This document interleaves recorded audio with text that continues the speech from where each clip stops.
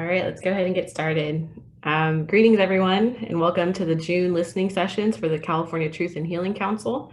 Today's listening session is for the Southern region, tomorrow, with Eastern taking place tomorrow, and Northern on Thursday, and Friday will be a regularly scheduled business meeting for the council with a public comment period taking place beginning at 3 p.m., as well as throughout the agenda. My name is Loretta Miranda, and I'm a descendant of the Morongo Band of Mission Indians. I'm Serrano and Cupeño, and I currently serve as Chief Deputy Tribal Advisor and Special Counsel for the Tribal Advisor's Office. And before we get started, I'd like to acknowledge that the land I'm joining you from is the homeland of the Nisenan and Miwok people. And I would like to see if Christina would like to introduce herself as well.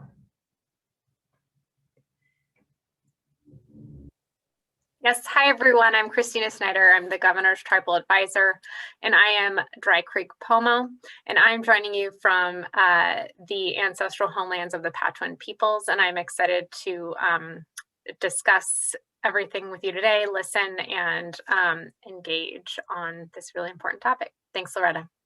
Thank you, Christina. We also have Michael Park from our office. He is our administrative assistant. And we also have Carmen Lucas joining us, council member for the Southern region. Carmen, do you want to introduce yourself? Carmen Lucas, Koimi from San Diego, and I'm happy to be here. So looking forward to hearing what folks have to say and hopefully learn something and contribute something at the same time. Thank you. Thank you, council member. So I'm now going to briefly walk through some of the logistics and preliminary business for today's meeting. Also, just want to make a quick note that I am recovering from a cold, so if I'm a little bit raspy or wonky, I apologize in advance. But firstly, we're recording this listening session, and so these recordings will be made available on our website. These listening sessions are being held to increase community input specific to the charge of the council. And we ask that you come to these sessions prepared to engage in a thoughtful way that will further the effectiveness of the work. We envision these sessions as ultimately being working sessions that are part of the council rather than just opportunities for public comment. As a reminder, we're taking notes throughout these sessions and will provide monthly summary overviews for the council and public to review, which we aim to release prior to the regularly scheduled meetings, but that may change depending on staff capacity. And as a note, I will be taking notes during the meeting. So if you see me looking to the side and typing, I'm actively listening, but multitasking at the same time. These summary overviews are not meant to be word for word records or minutes of these sessions, but are being prepared in order to provide a brief overview of the discussion that took place for the convenience of the council and the public. For those interested in following the council, ongoing updates, including the summary documents that I just mentioned, are available at the California Truth and Healing Council Updates WordPress page, and that is cthcupdates.wordpress.com. Thank you, Michael, for that link in the chat. That is where you will find these summary overviews and recordings. You can also get updates for events by following the Governor's Office of the Tribal Advisor on Facebook, Instagram, and Twitter. Listening session recordings are available in full and posted at that WordPress website, which is in the chat. For those that are interested in hearing the detailed discussions and comments. Additional details, including meeting dates, agendas, and background information, are available at tribalaffairs.ca.gov/CTHC. And thank you, Michael, for putting that in the chat. If you need any technical assistance during today's session, please contact the Office of the Tribal Advisors email at info.tribalaffairs@gov.ca.gov. If you have not already done so, we would appreciate if you could update your name to say your name, tribe, or the organization that you are participating on the behalf of or that you are involved with.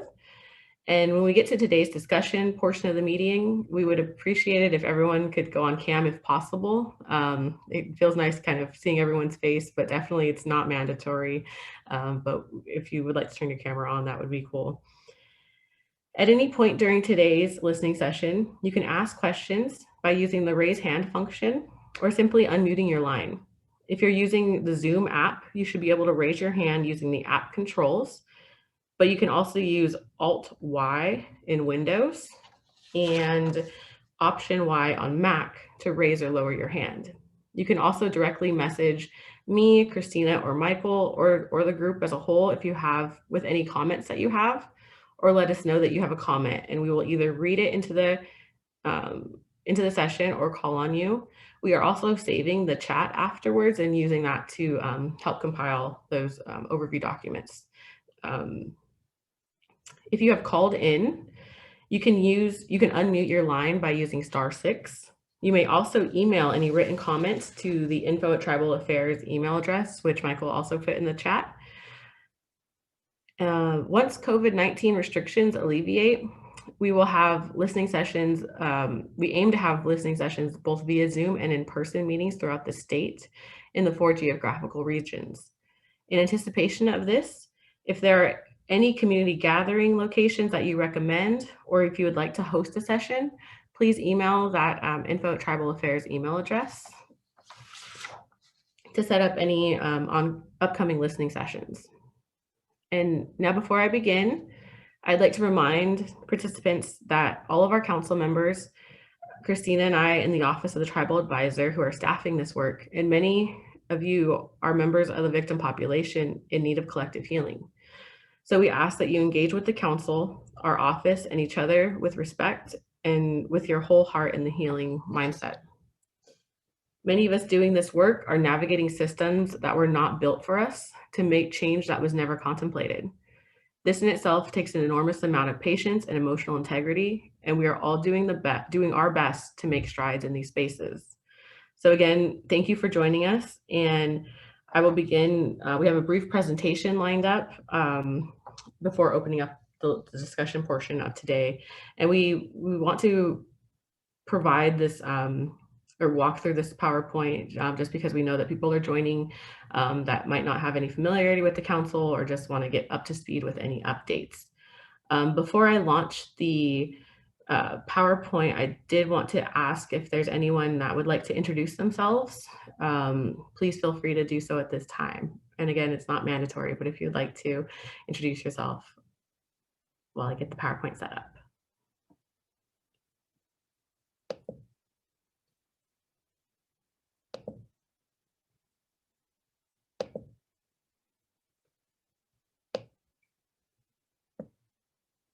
All right, and I will begin going through the PowerPoint. Oh, wrong button.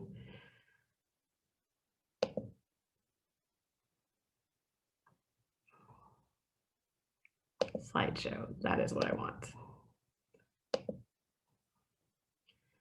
All right, and I might not be able to see the chat, so Christina, please jump in if anything pops up that we should address.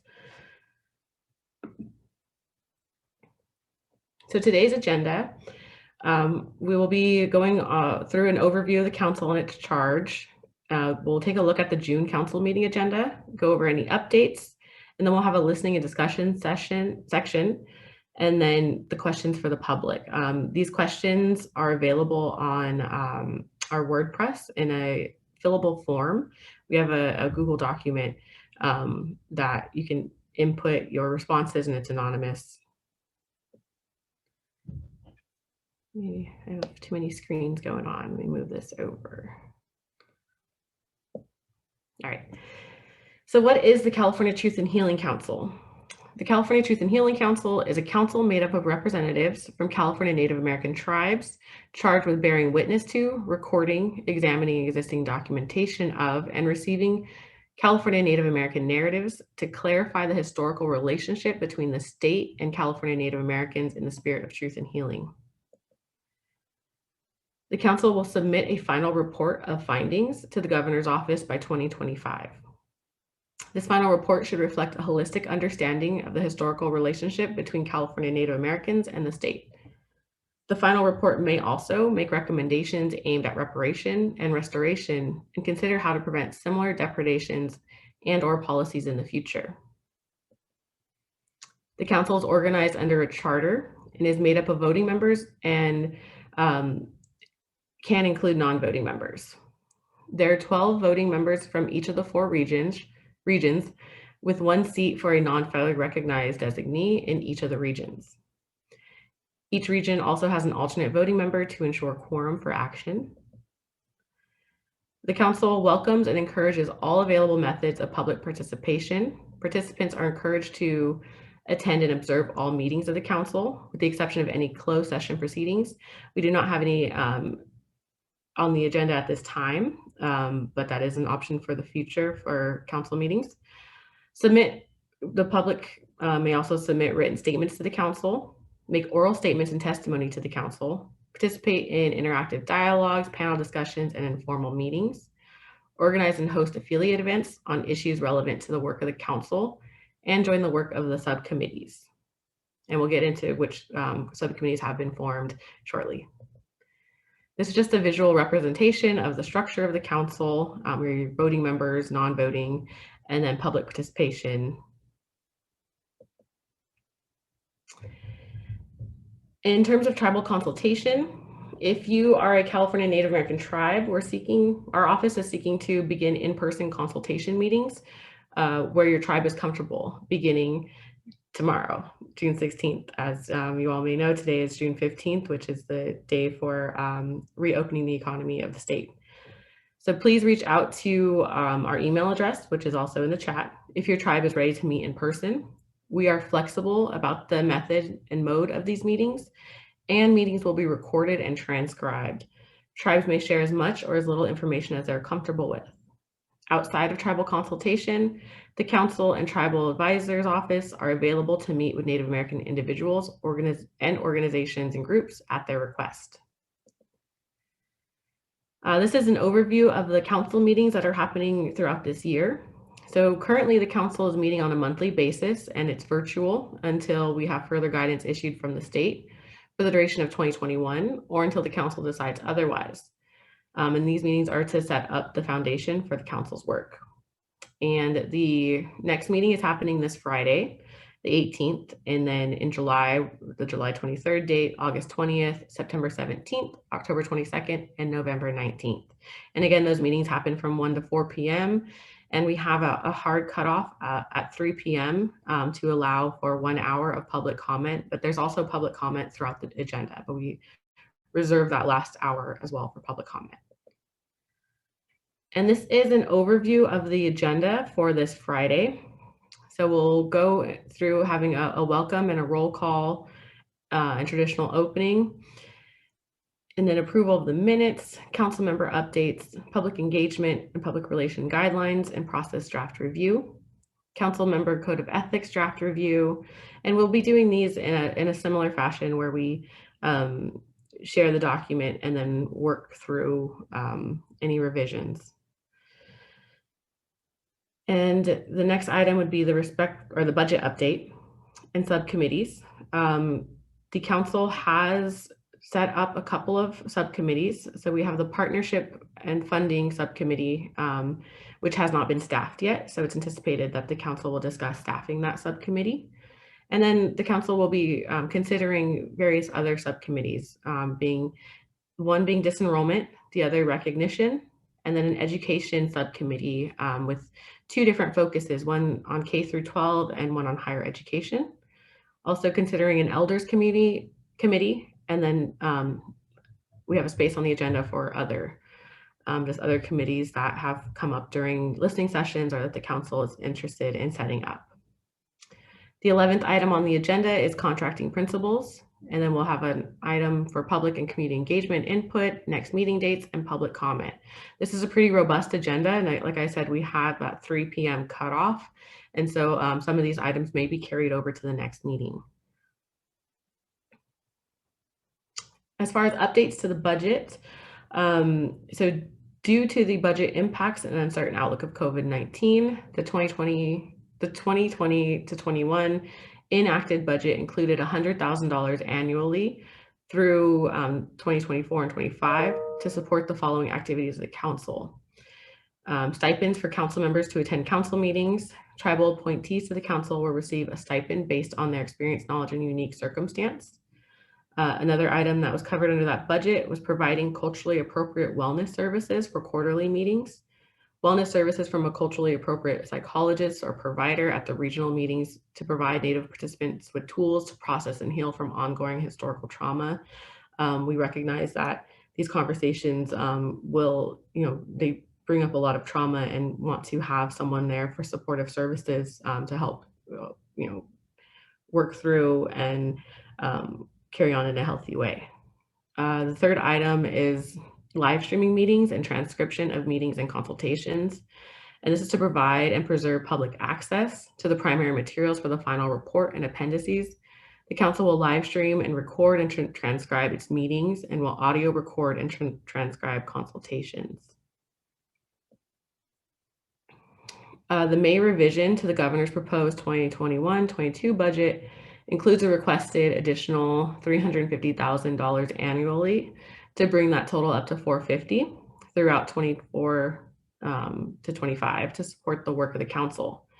If enacted, additional funds would go to the following activities: coordinating research, compilation, and consolidation of all known resources available within the state library and archives at the direction of and for presentation to the council. The researcher will present information to the council at its quarterly meetings and coordinate additional research efforts and compile appendices for the final report. Also compiling and composing report of findings and recommendations aimed at reparations and restoration at the direction of the council for presentation to the governor's office. And it will also include council and office travel for consultation, meetings, and subcommittee work. The May revised budget has not been enacted yet, but if enacted, this would be included in that.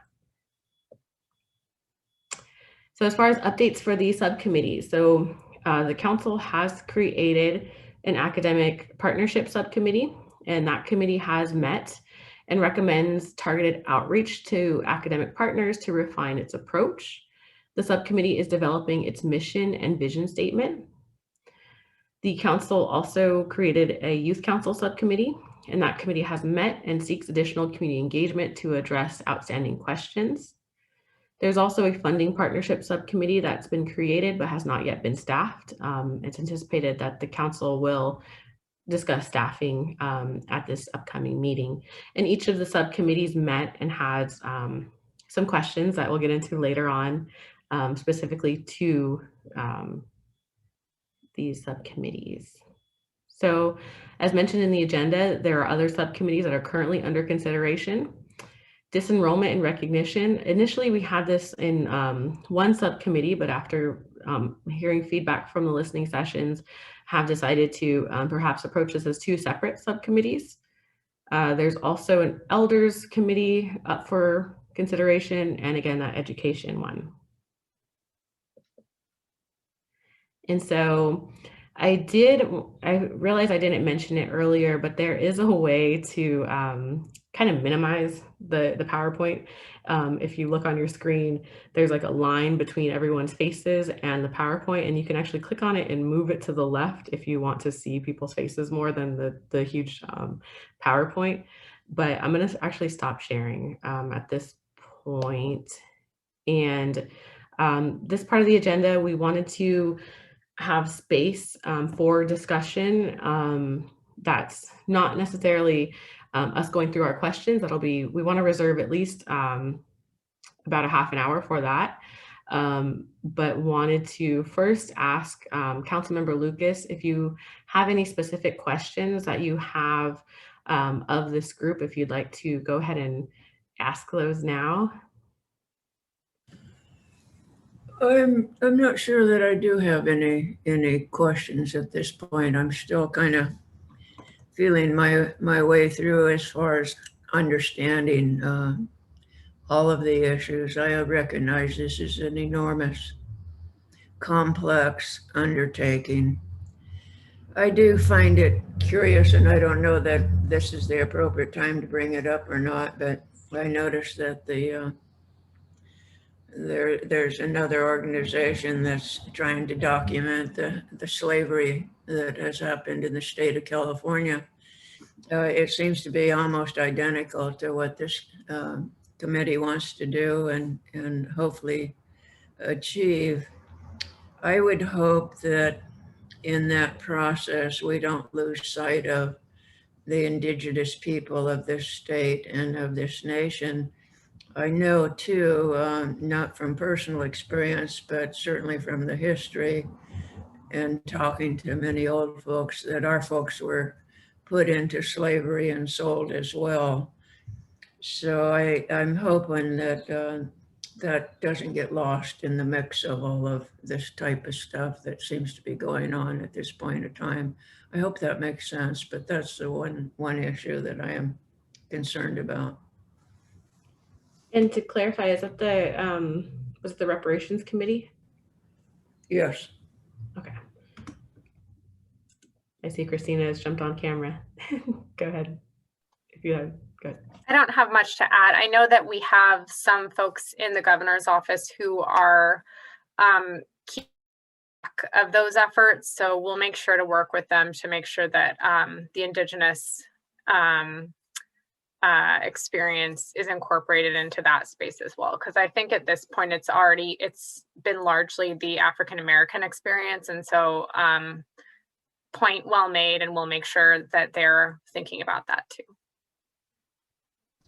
Thank you for that. And there's only one other thing, and it's because I went to school to eat my lunch and play with the boys, so I don't come with a great deal of intelligence here.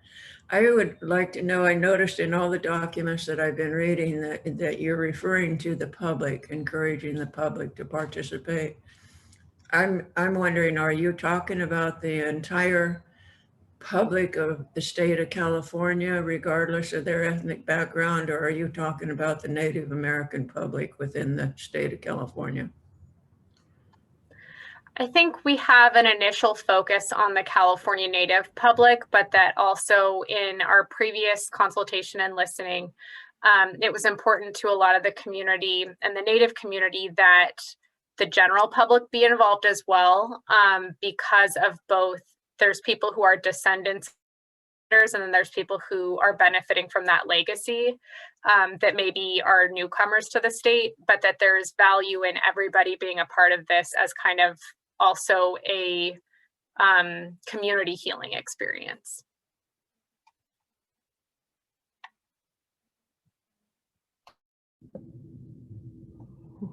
Thank you.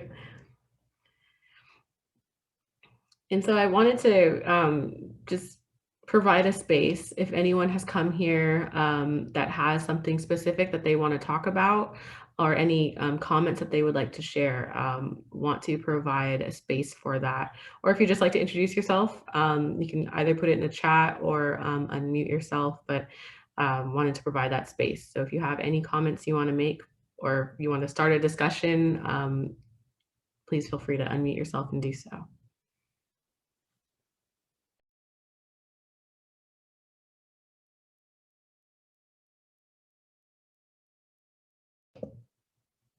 And I don't think we have anyone that called in, but I think it's *6 to unmute. And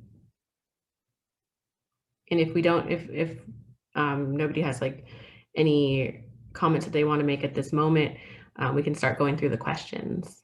But I'll give everyone a couple seconds and stop talking. I have a comment. Yes, go ahead, Roman. I was just wondering if it'd be appropriate and okay for me to share a link for a webinar on June 23rd.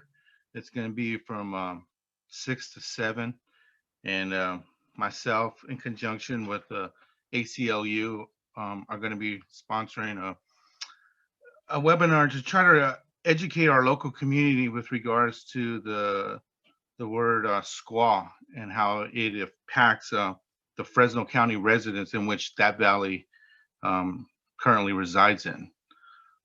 So if it's okay, I'd just like to share it with the group.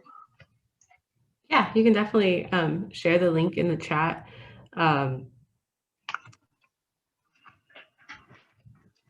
And thank you for sharing that. And again, I think it's a June 23rd from 6 to 6 at the ACLU. And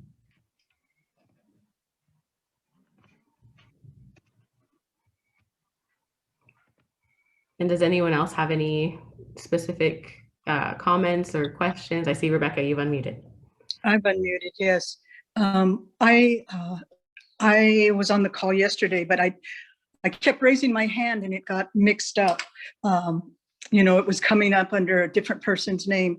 But what is this the time for comments, for talking about anything? Yes. Okay, all right. So my name's Rebecca Robles. I'm an Nahashiman tribal member. I'm a part of an Nahashiman review board. And what we wanted to talk about raising accountability for academics and academic institution and publishers. For a very long time, there's been a problem with published works. They're filled with inaccuracies, often judgments. They often say that we're extinct. They give incorrect information about tribal boundaries. And both of those things have made a big impact on our community, because what has happened is the published works become the resource. The public works are what is taught to the school children. It's what is the information that's in the environmental impact reports. And then it's regurgitated over and over again. And it becomes what the public sees as our reality. We were recently asked, we formed this review board, and we were recently asked to review a tourist guide for Southern California to the public. And the tour guide encouraged them to visit sacred sites, archaeological sites, without tribal consent and without even understanding. It described human remain that was found, the position that they were buried in. It was very, very upsetting. And then it encouraged people to go to our sites without any of our Nahashiman or other tribal people with them. And since there's no real structure for accountability of academics, publishers, and institutions, and there's no real monitoring for the existing laws, and so it really is it's problematic, and it does influence what's happened. I also want to talk about what's happening at Pavungna, our sacred site on the campus of Cal State Long Beach University. It was interesting in the websites under resources, and then under cultural, there is a whole section on Pavungna. Pavungna is a very important site because it's our place of emergence. Two of our deities came to us at that site, and it was a 500-acre village. It's now reduced to 22 acres of undeveloped land. We use it as an active ceremonial site. It's a burial ground. It's listed with the National Register of Historic Places. It's also listed on the Native American Sacred Lands file. And it's in a very, very urban area. And my tribe, the Guarani Band of Mission Indians, under the leadership of Matt Ballardus, has filed a lawsuit. We filed a sequel lawsuit. Our lawsuit is pending. It goes to court in June. The one thing I didn't say was, so in 1993, the community fought to preserve the site and prevent a mini mall from being built on that site. In September of 2017, the university dumped, it was 8 hours of dumping. I think it was 64,000 cubic feet of soil on the site. That soil is damaging the site. We talk about preserving sacred sites.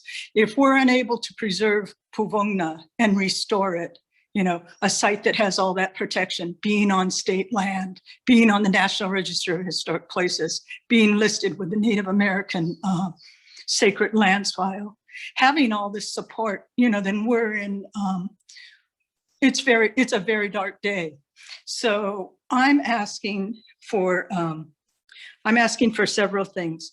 I'm asking for consideration of this issue in your scope of work because of the long history of negative impacts of writing, scholarship, and the actions of academic institutions in Indigenous California communities.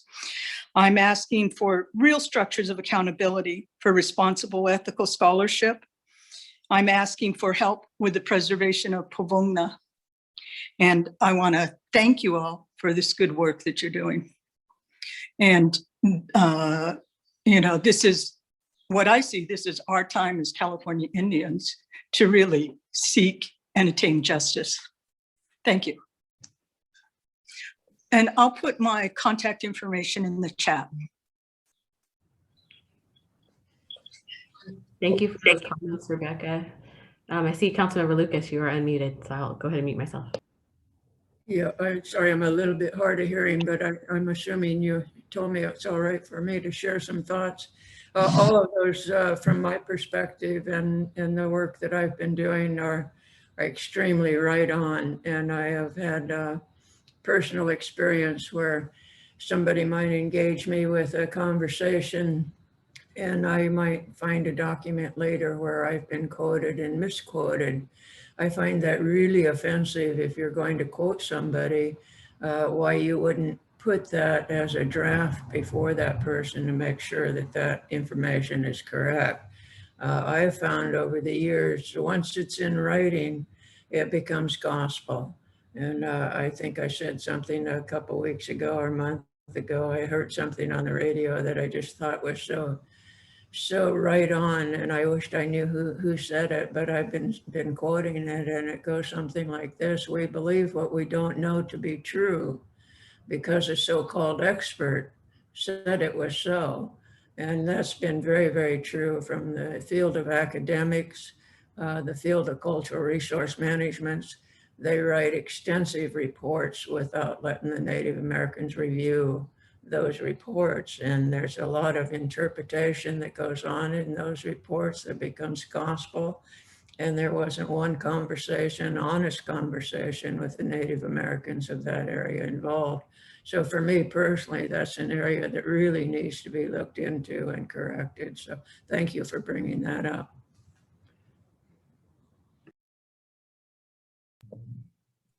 And thank you for this. Oh, go ahead. Hi, I'm Kelina, and I'm also a Hashimon. And I just wanted to say one quick thing about what Rebecca just explained. And that is we are both members of the Hashimon Review Board. And this particular author, for the author that we've been working with recently, they had a quote from Rebecca, and the author reworded it and changed the meaning substantially, and then wanted to attribute it to her name. So exactly what you just described is exactly what just happened just a few weeks ago. So we were lucky that we were able to catch it, but you know, we really need structures of accountability, because it just happened that we found out about this in writing in progress, but the author told us that she had no obligation to share it with us, even though there were so many easily verified factual errors, misinterpretations of culture, landscape, everything. So just seconding everything that both of you are saying about we need to have accountability for academics, publishers, because these are quoted over and over again, just like you're saying. I'd like to just re-emphasize that as well. I've recently become aware where even my own people, a Native American scholar, has misquoted something that I may have said to him, and I don't ever remember having a conversation with him. And unfortunately, that document becomes part of the historical record within the community.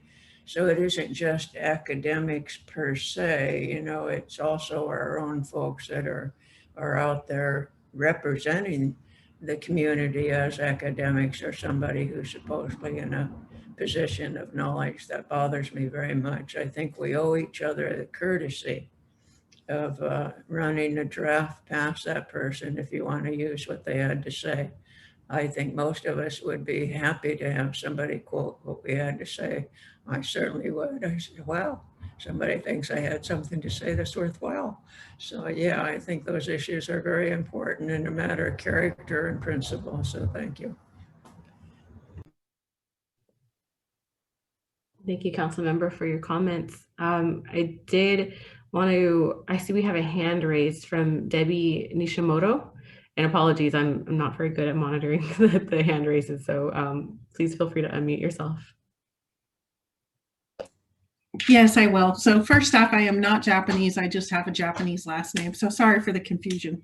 But I just wanted to say a couple of things. I've kind of just been sitting and listening so far to your call. But I did join because it was noted as being open to the public. And just so you're aware, my agency, the California Health and Human Services Agency, sent me something, notifying me of this series of webinars for the different regional locations. So I was interested in part because I'm currently in the process of writing a policy document for my department. My department is the Department of State Hospitals. We have 5 campuses throughout the state. And the policy, one of the policies that I'm writing really is how to consult with Native American tribes whenever I'm doing a project. And a project in my world means a construction type project, just to give you a little bit of context. So I've been very interested to hear the concerns. I also have kind of a unique job within my department because I'm also co-chairperson for the California Memorial Project. The California Memorial Project is very specific to state hospitals. And what it has to do is recognizing patients that have been buried in unmarked graves on our grounds. So it's interesting because I've heard a couple of things here that kind of coincide with some of what I'm doing. So my question for you folks is, frankly, I'm just basically observer here. I'm not, of any Indigenous background, but I wanted to ask if you have any resources available to laymen like myself, for example, in discovery or disposition of remains, or if you just rely solely upon the CEQA guidelines. And then also if you had anything with regards to visiting Indigenous sites. So I can jump in here. And I think Courtney may be just off camera, but she's actually a great resource in some of this work in terms of consultation in the AB 52 space with the CEQA amendments. I would say that you might want to reach out to certain attorneys that represent California Native American tribes because they'll be probably the best resource. Courtney Coyle, who's off camera, but then also Laura Miranda, who's the chair of our Native American Heritage Commission, would be probably the best first source. And then in terms of certain treatment and disposition, the Native American Heritage Commission is kind of the first contact in order for you to start figuring out which tribes you should be talking to as the step of who you implement those best practices with. And then on visiting Indigenous sites, I think this council would probably, and this group may want more specificity on that. I think one of the things that was just mentioned is that some of these places aren't necessarily places that the general public should be visiting, and that and that was kind of one of the issues that we heard from the Ahashiman folks, is that there's certain academics that publish the locations of these places like they are places for cultural tourism or something like that, and really if you're going there, if you're going there in a way that's proper, you're probably being accompanied by the people whose place it is. But I'll stop talking at this point because I feel like there's people on here who are a bit more knowledgeable about this and can help a little bit more in that kind of space. I think one thing that would be helpful for this group, though, to kind of lob something to think about back at you is that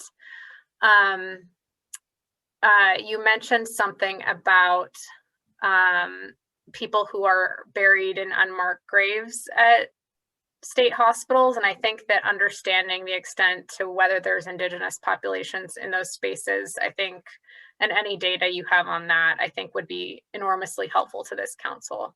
I don't know if you saw in the news recently, but there's been a lot of conversation about some of the children that have been buried at boarding schools. And I think that's something that this council has thought about a bit, since there are several in the state and also several that Native peoples from the state were sent to out of state.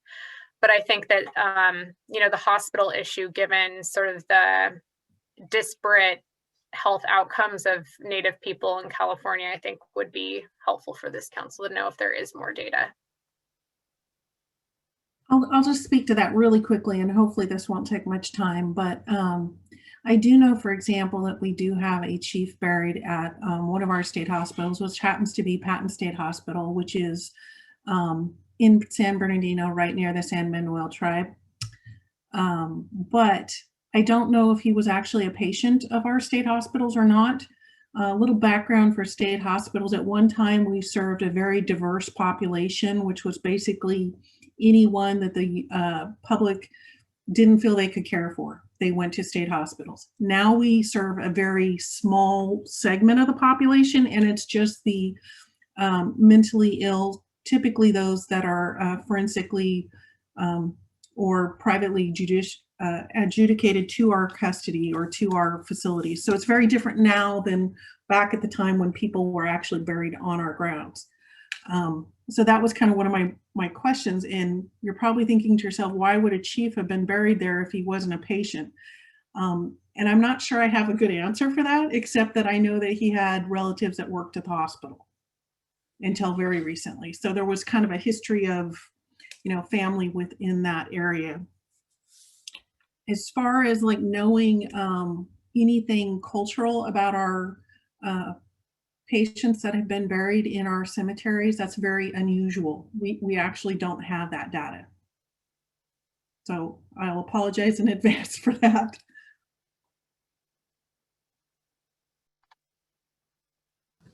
I just would kind of like to ask a question. I'm wondering, did that chief work at the hospital? And I don't have the answer for that. I don't really know the background as to how he got buried in our cemetery. It was most common for it to be patients, but in some cases, even staff ended up buried in our cemeteries. And this is all typically before like 1950. So there's not really a lot of information available. Well, that might be worthy of a more thorough background and understanding. I think really on a spiritual level, our people really were helpful in the mental illness, and particularly shamans in that, if I can speak to that for just a minute without really knowing what I'm talking about. But it just seems to me that if he wasn't a patient, there had to be some spiritual connection there that he may have requested that be his final resting place. So I think it would be worthwhile looking, see if we couldn't find some more answers. What period of time are you talking about? You know what? I'm not really sure in this particular cemetery, because I think it's from the early 1900s until about 1950 that we buried patients there. So for this specific individual, I'm sorry, I can't even recall his name or any other data source for us, like date of birth or date of death. I don't even recall that. Well, I would hope that you won't give that up. I just find that more than curious. That's as far as I'll go with that subject, but I just think it's worthy of looking a little deeper as to why he might be there. So thank you. Thank you. And I did want to draw attention to the chat, and thank you for your comments. We have Kathy Corey from Chichansee, who is Chichansee, that says, I'm a retired state employee from DDS Porterville Development Center. It's my understanding that there's a burial site at PDC that is unmarked in which clients passed early in the history of the facility were buried for many years. Also, Kathy made a comment earlier about, although our state is opening today, that COVID-19 is still harming Native communities, and praying that we stay vigilant. So thank you, Kathy, for your comments.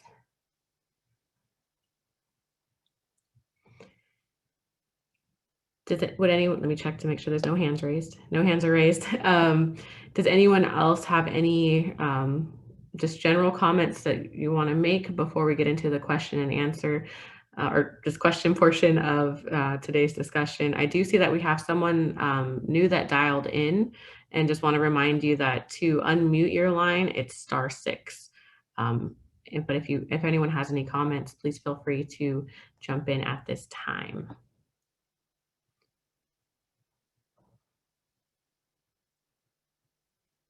And if not, we can get into the questions that we have prepared.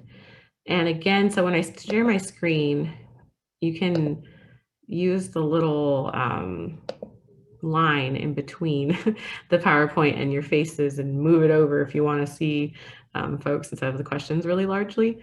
Let me go to slideshow. And I'll go through this Zoom slideshow. All right. So these are they're questions for regarding the scoping for the council's work. The council, again, their charge is to receive, examine, and report on the history of the state's negative actions towards tribes through the Native lens and experience, and to recommend remedial measures that can be taken. So the council is interested in knowing from the community, what early state actions should the state be most accountable for from the Native perspective? What state actions have been the most harmful to today's California Native peoples? And are there any community organizations or conferences that are aligned with the council's work that the council can plug into? And so if anyone wants to jump in, please feel free to unmute yourself. I can't see the hands being raised, so go ahead and unmute yourself if you'd like to answer any of these questions or anything in general about the council scope.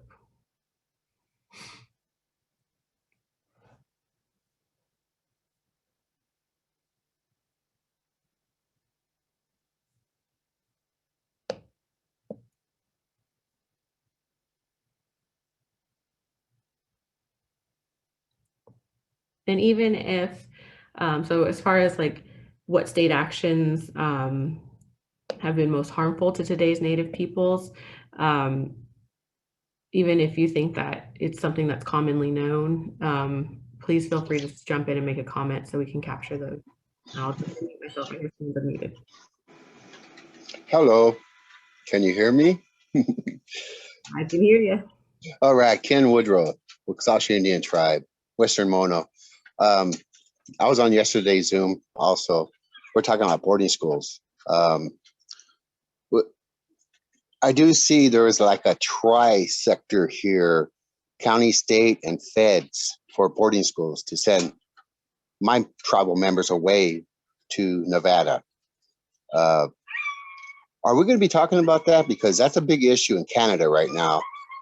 Because when I conferred with my mother who went to boarding school, 16 of my tribal members, it wasn't a very good experience, be it Riverside or in Nevada. Trying to get, well, I got most of their school records. The only thing is, those have been cleansed. They've been cleaned. They don't show disparity acts.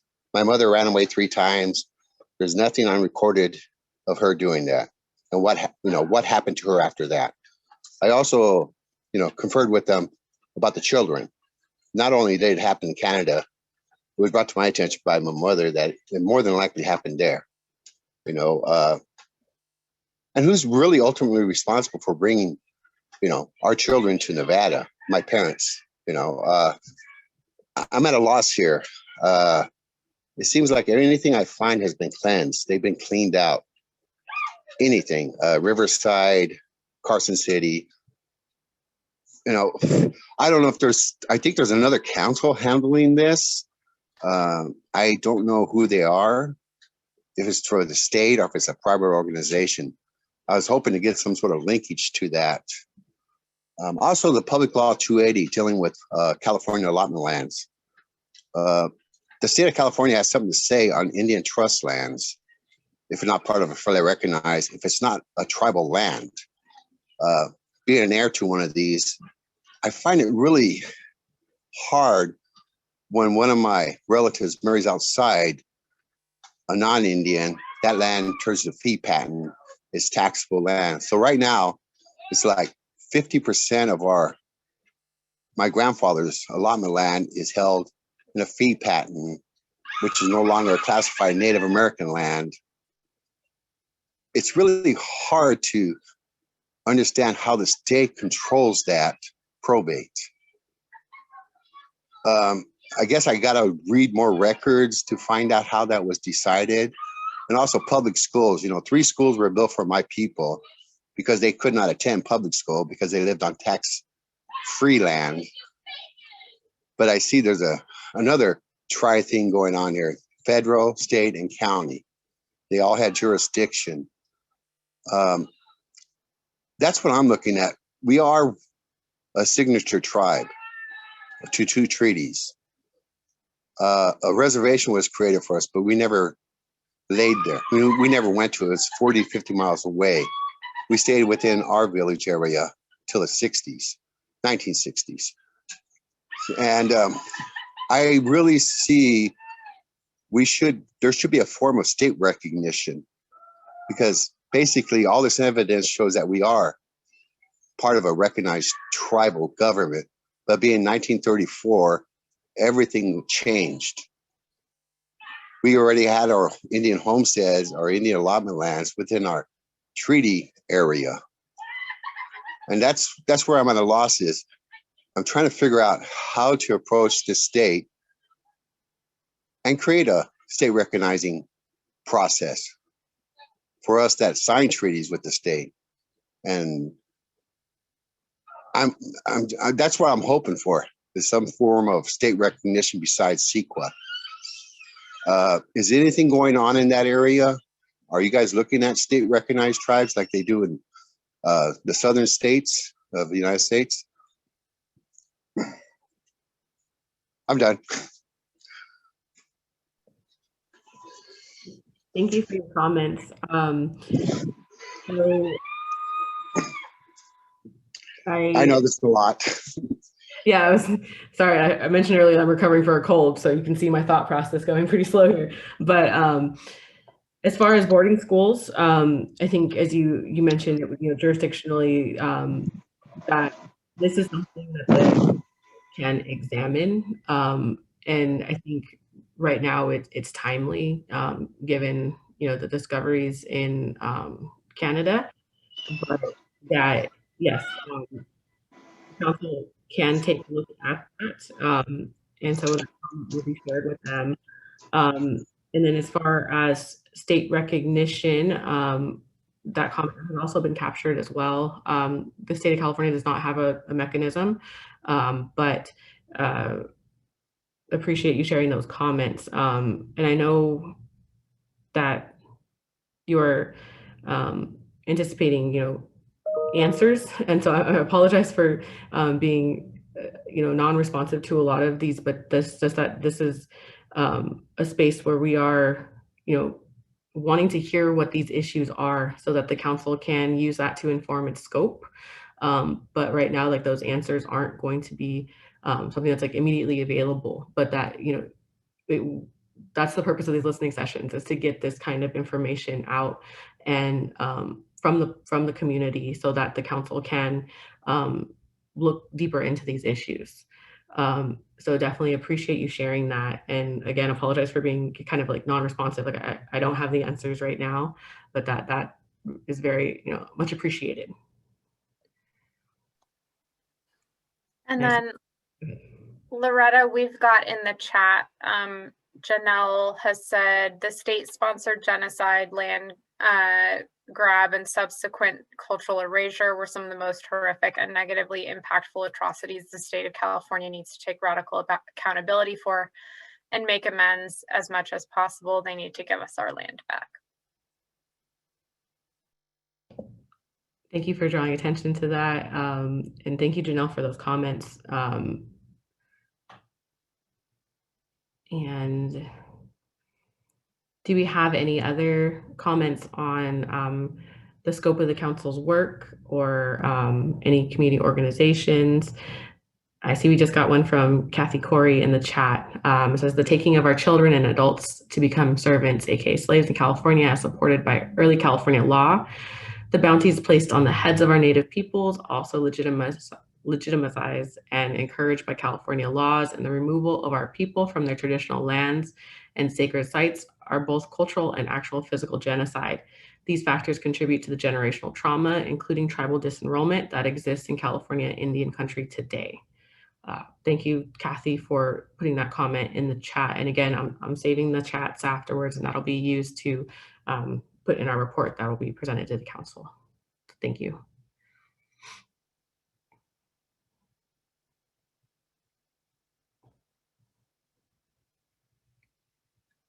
And again, I can't see if anyone's hand's raised, so if you have a comment, please just feel free to unmute yourself and jump on in. We're a pretty small group today.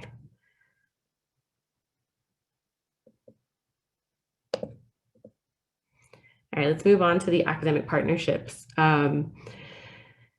So what should the goal of the final report be? I hear that someone's unmuted. If you want to make a comment, go for it.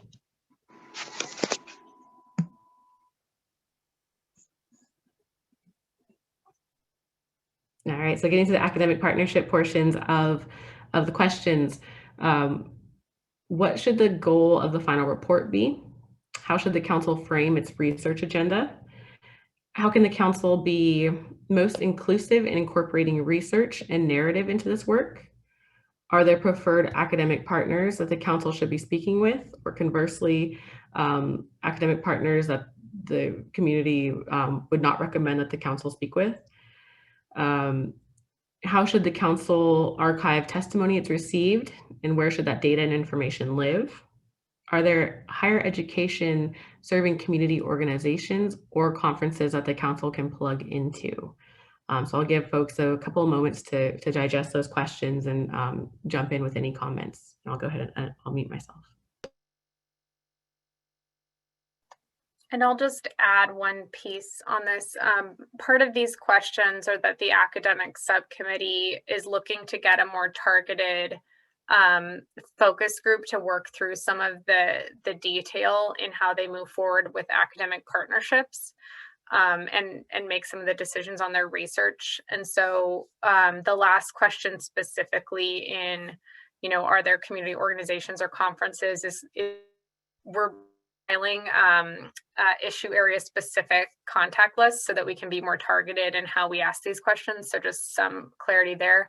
And the academic partnerships subcommittee is planning on hosting their own kind of outreach call specific to this, to their work as well.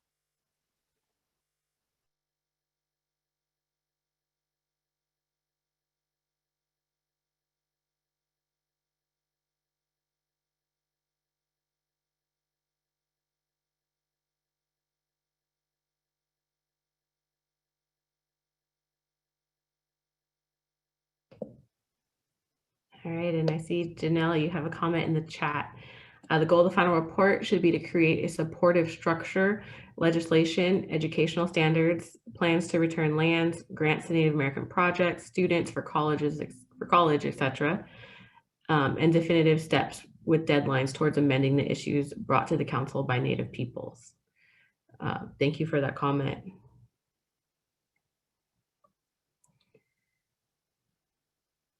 And if folks know of any higher education serving community organizations, specifically in the southern region, that we can plug into, or conferences that the council can plug into, please let us know.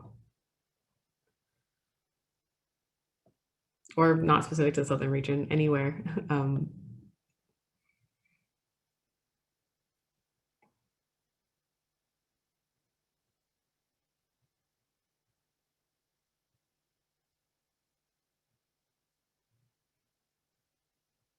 Any thoughts on where this data and all the data that's been that'll be collected, where that should live? I think other similar healing councils made it a point to not house it with the state, and so we're open to hearing feedback on that question as well. Thank you, Janelle, for your comments in the chat. So are the chat comments also included in the final report? I don't think that they will be included in the final report, but they are being saved for our monthly brief overview documents. Data should live online and included in the educational curriculum.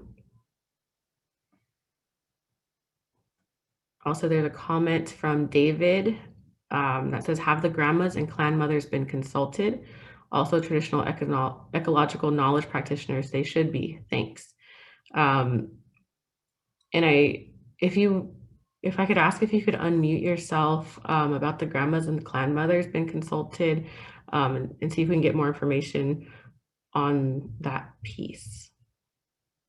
And you don't have to unmute yourself if you prefer just to put it in the chat, but that would be helpful if you could explain a little bit more about your comment.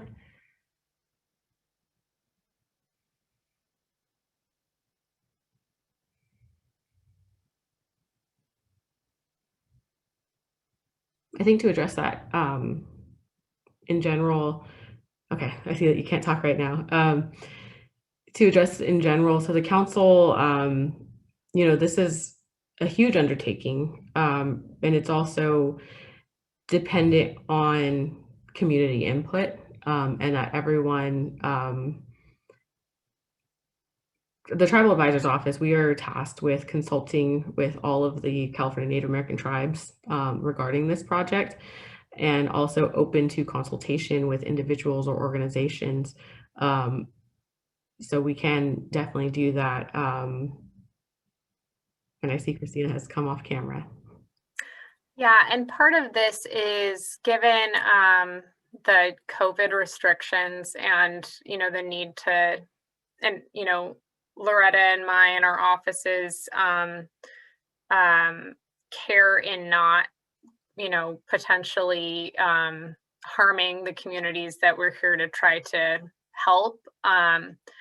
We haven't gone out to the communities to have those conversations yet, but part of what we have contemplated is in-person conversations. And so, given that a lot of the knowledge keepers are going to be likely the older generations, just because of the subject matter or because of the communities being more comfortable chatting in person, we think that a lot of those conversations will start as we start reopening the state a bit more.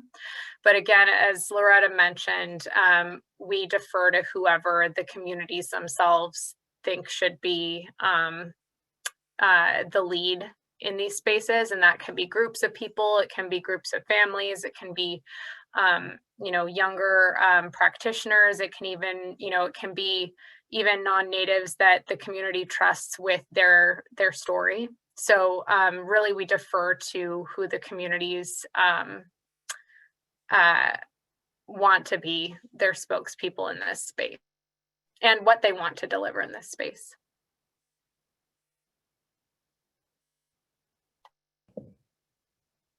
Thank you, Christina. We have a comment that says, I feel these conversations should be recorded and a trauma-informed therapist should be present. The consultations will be recorded and transcribed, and the council is looking into contract No, not filmed. For the consultations, it'll just be audio recording and transcribed. The council meetings themselves are filmed, and the goal is to have a trauma-informed therapist. I think initially the council was slated to meet on quarterly basis and would have a 2-day meeting, with that first day being a talking circle, and having that cultural practitioner there to provide those tools needed to address issues and help folks work through these heavy discussions. And so the council is in the process of considering, practitioners and contracting with them. But that is the goal.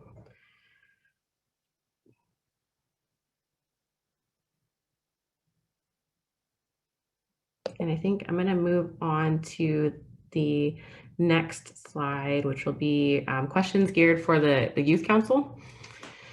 And so these questions are specific to, so the council created a Youth Council subcommittee, and meeting with the Youth Council subcommittee came up with these questions that they need some more input from the community on. So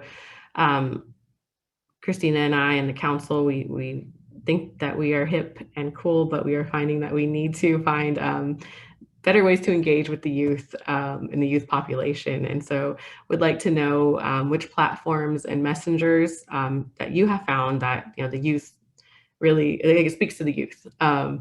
So interested in hearing that. Also, are there any key partners that the council can work with to reach Native youth? If you know of any youth organizations in your area, definitely we are open to hearing about them and perhaps reaching out. Third question, should the Youth Council subcommittee be modeled on the council structure or something else? So kind of conceptually, should it be like a mini Truth and Healing Council of youth or something else? And I think the youth subcommittee wants to defer to the youth on that, but we'll definitely want to hear input from the community. Should the Youth Council be focused on California Native youth or open-ended? And importantly, how should the council define youth? We've heard from many different community members about certain age ranges. Definitely open to hearing what youth is. When you think of youth, what age range do you think of? Are there any ongoing youth groups or meetings in the community that the council can plug into? Any youth groups that perhaps they host GONAs or retreats, that kind of stuff. If you know of any of those youth groups, please let us know. Lastly, are there any youth graphic artists that the council should work with on promotional materials? And so I'll give everyone a second to digest those questions, and I'll mute myself, and please feel free to jump in if you want to discuss youth.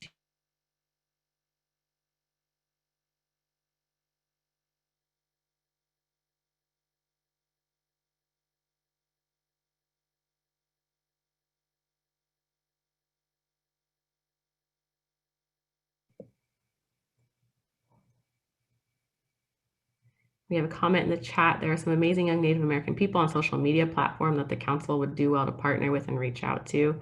If you have any of their specific names, that would be helpful information to have. And any specific youth groups, I know that there's certain, a lot of tribes have their own, but if there's any, thank you. We'll compile and send the list. Thank you, Janelle.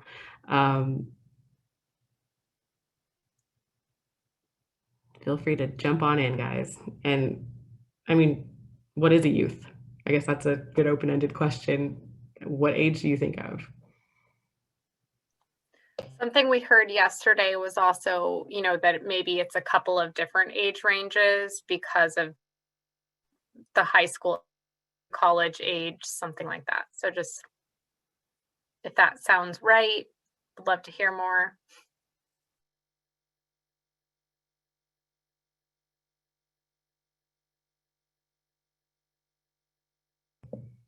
Go ahead, Kalina.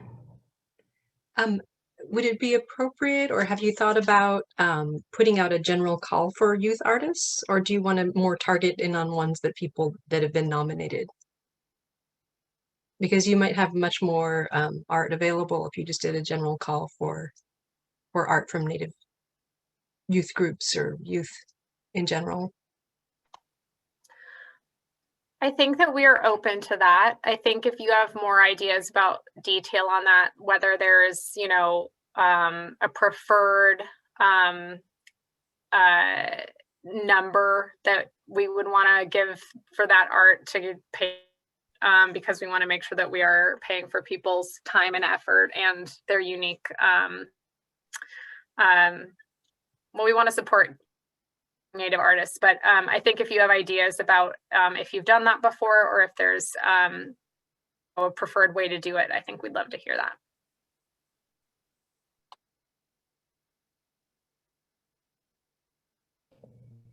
Or specifically like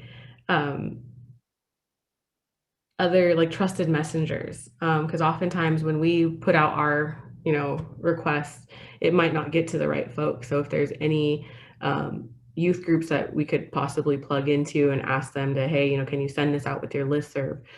If you know any of those, that'd be really helpful. I think right now it's, you know, on Instagram, us direct messaging larger organizations and asking to reshare our stuff, but definitely we're open to more ideas.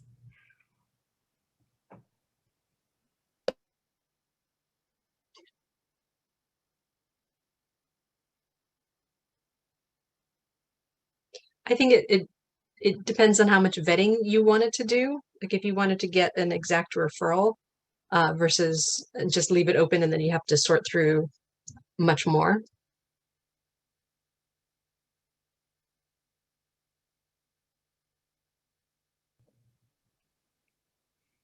And that makes perfect sense. Is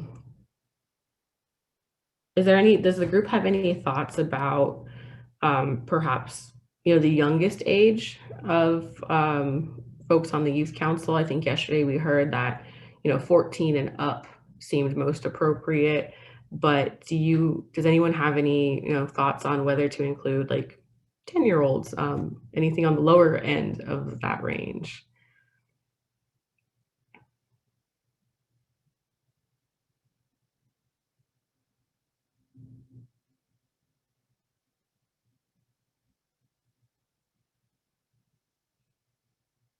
I see we have a comment, perhaps mature 12 and up. That will be noted. 17 to 24 is good. I think we even heard yesterday about, so there was these different, you know, groups, and then perhaps like, I think 27 to 30-year-olds to be like mentors, because they are still, you know, they're more mature. They're still kind of at that cool age that the kids will still listen to them or trust them. 17 to 24. And again, we have that Google form. So if you are, you know, taking notes and you want to fill that out, that would be very helpful too. Looking at the time though, I'm going to go to the next slide, which is the funding partnerships. Thank you, Michael, for putting it in the chat.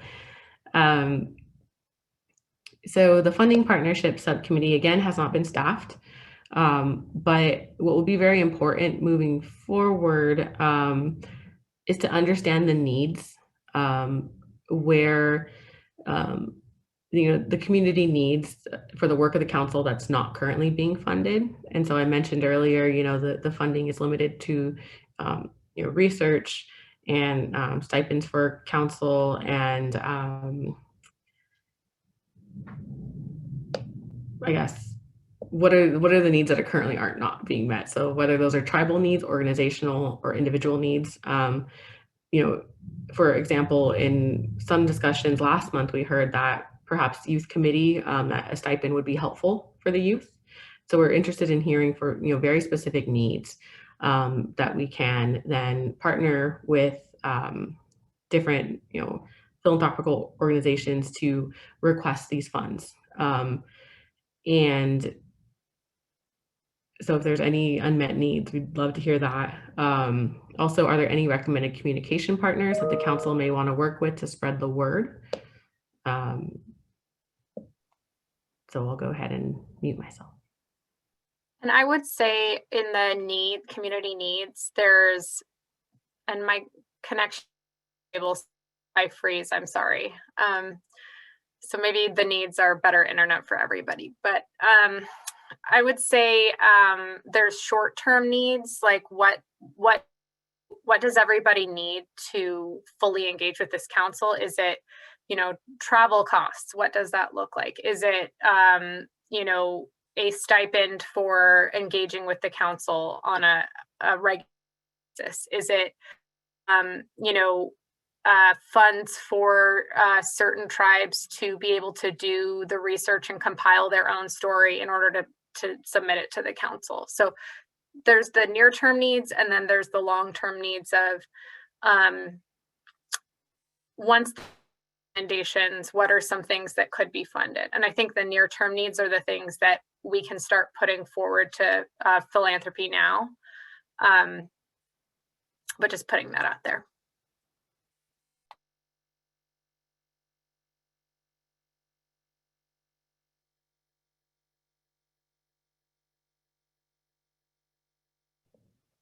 And we do have a comment in the chat about not feeling that the budget of $100,000 for the council is sufficient to deal with the enormity of the atrocities committed against our community by the state of California.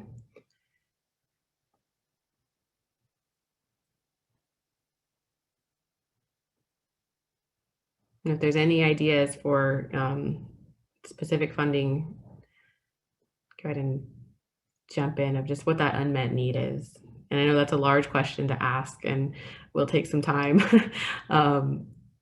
And we'll probably ask it again next month. So definitely, think about these things of what the needs are so that we can go ahead and go forth and ask for that. Because, if you don't ask for it, you won't get it. So just kind of thinking about that. Funding for Native American filmmakers, artists, and authors. Also, thank you, Cindy, letting us know that the Norwell Miwok Wintu will post on Facebook and Instagram accounts. Thank you. Go ahead, Councilmember Lucas.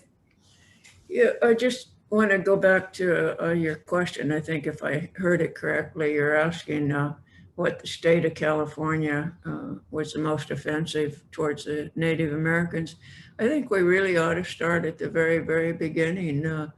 When both the state and the United States government mandated by law the complete genocide of the Native American communities in the state of California, as well as across this country. I think that's a legal issue that would give you a foundation for everything else in the future that fell behind that. That really hasn't stopped. It's just a different color today. We're not killing people, but we're certainly digging up their remains, and we're erasing the history through the pretense of scientific study. So all of that, I think, goes back to the basic, very beginning when it was mandated by law to annihilate the American Indians. So I think that's a place to really start. At least that's my feeling on it.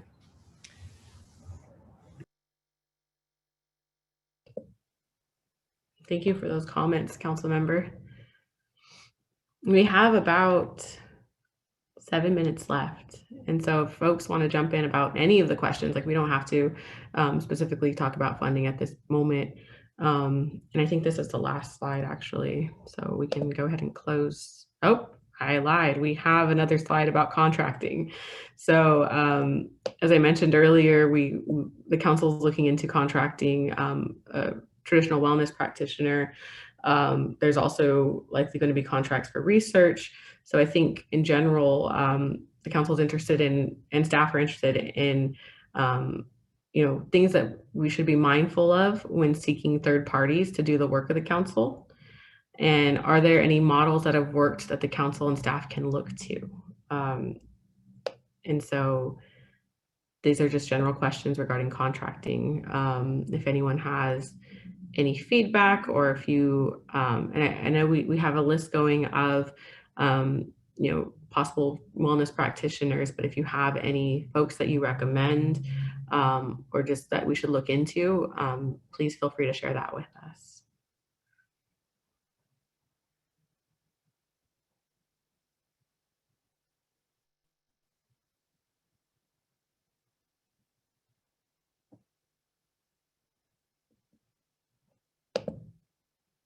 I think that is the last slide. So I'm going to go ahead and stop sharing the screen and just give folks some time.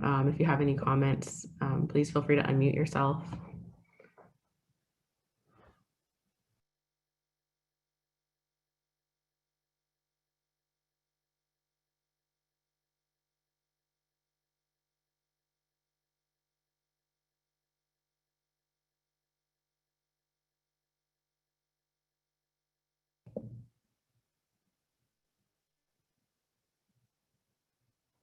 If not, again, that's totally fine. Or if you need a night to digest all these questions, and we're also hosting listening sessions throughout the week.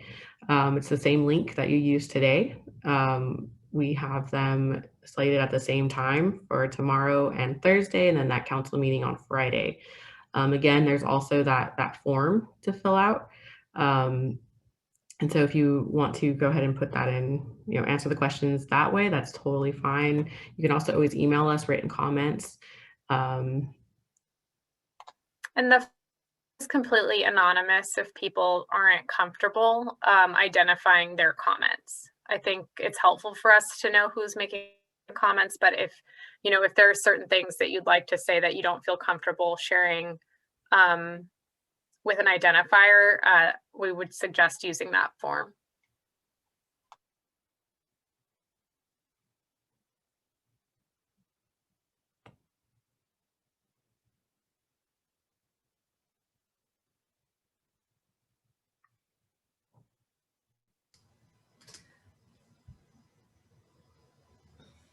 I'll make a comment just because it's happening today. Hi, everybody. I'm Jolie Proudfit. I had to pull my daughter out of school today. It's her last week of classes. She's in the 4th grade in Encinitas School District. She's the only Native American in her entire school. We know that because we recently moved a mile away and had a petition to keep her in the same school since there was a pandemic and we didn't want to switch her to a new school online. Today, the entire school is celebrating Gold Rush Day. And, I provide the school with resources and videos and educational materials, but at some point, the state needs to do a better job in mandating professional development. We have to teach the truth. We have to teach the truth, and we shouldn't be having our children dress up like minors and reenacting the life of a minor. My daughter is educated enough and knows enough, but to have to be pulled out with only 4 days left in the semester, or 3 days left, in the school year, and then to go back tomorrow when all her friends are going to ask her why she was not in school. It's, thousands of California Indian children have gone through this, and this has to stop. And, we can't use the excuse of we don't have the resources and the materials. They're there.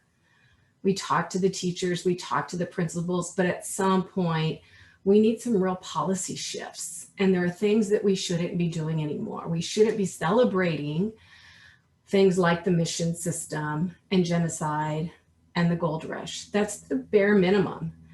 And obviously providing an opportunity for professional development for the millions of teachers that we have who are teaching not just our kids, but all children, so that these cycles of oppression aren't continued. And so I really want to encourage the state to address this and to really focus on the things that the state can do effectively and that they can do now. And one of them is addressing these types of issues. And for the most part, teachers are good people. Principals are decent people. They don't mean any harm, but they were not educated. But when we do provide those materials and they continue with these celebratory events, I just kind of have to throw up my hands and I have no answer for that. But we have to create safe working and learning environments for all of the state's children, and that includes California Indian children. So I would just, encourage this group to really look at how it can address that. And, we don't need a lot of research. We know, we have the research, it's evidence-based. This is harmful to the psyche of our children. We just need to change it. And, I hear all the time from parents, well, that's a really harsh truth. Children can do well with learning the truth, and we can deliver it in an age-appropriate way, but we have to stop with the whitewashing of history and the fairy tales. Thank you.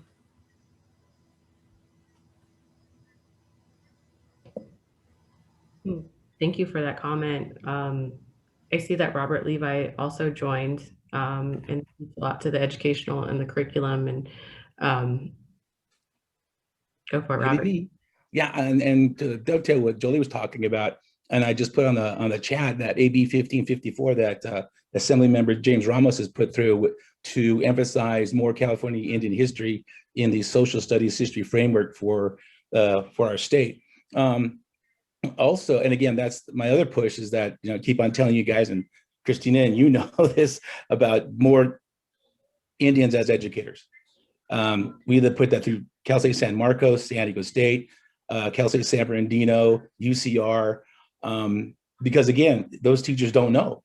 And like I said, I'm writing this curriculum, and that's what I was on the ethnic studies presentation about getting more ethnic studies in terms of that fourth core of American Indian, California Indian history. Like I said before, I could be beating the dead horse because again, we need students to go out there and start teaching in California public schools. And if we don't do that, this is all for naught. I mean, there's nothing's going to happen. You talk about systemic racism. Education is the systemic racism. That's where this racism starts. We're just talking about white privilege. We're just talking about inclusion of the four ethnicities. And what's really weird about CDE is that they put the Jewish community in with Asian and Pacific Islanders. Go figure that. So again, it's just dealing with people that need to know, need to find out this is where we come from, this is who we are. And again, like we were saying before, we have two great institutions in the southern region, Cal State San Marcos and San Diego State. I mean, we should be pumping out teachers left and right that can help other non-Indian teachers to realize this is what we need to do. And again, that's what my wife and I have been doing for, well, at least for me, the past 10 years, once I got out of the classroom, the past 3 years, is just trying to do that and working through CTA. And again, like the chat room says, we need you guys to email President Toby Boyd and say, get behind 1554. Because right now, my own union is the one that's stalling it because of language. And we've tried to get to them to fix the language. Like, what do you need? What does this word mean? Let's train. And they're really stalling about it. Now, it might be they have a lot of bills to work on. I really don't know. But again, James Ramos has got on the Instructional Quality Commission. My wife, Mary, is now on the State Council for California. And I think hopefully they'll appoint her as liaison to the Quality Curriculum Commission too. So anyway, guys, keep on plugging on. I got to go back to the other meeting, and hopefully I'll remember tomorrow. I got to get on earlier. Well, thank you guys. Everybody have a good day, and we'll see you tomorrow. Bye-bye. Thank you for joining us. You joined us at the right time, bringing up these issues. And I do want to recognize, and I want to be mindful of people's time, that we're a few minutes over.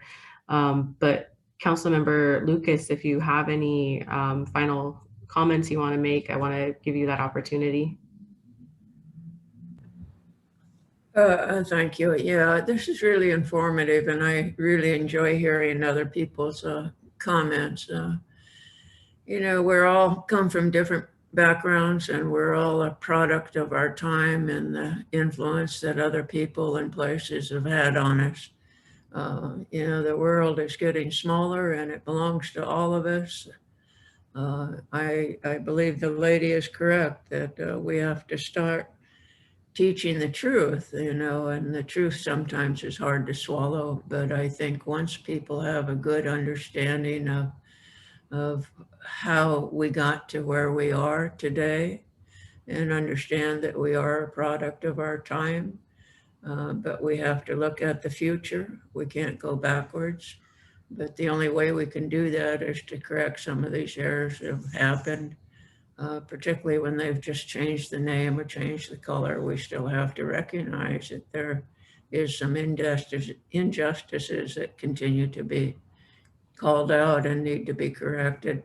Will we ever do 100% of that? Probably not. Human nature is human nature, regardless of what your ethnic background is. I think we all have likes and dislikes, but we have to be honest about that and call that out. So again, I feel very humbled being able to participate in this and hear what other people have to say. And hopefully I'll be of some use to you.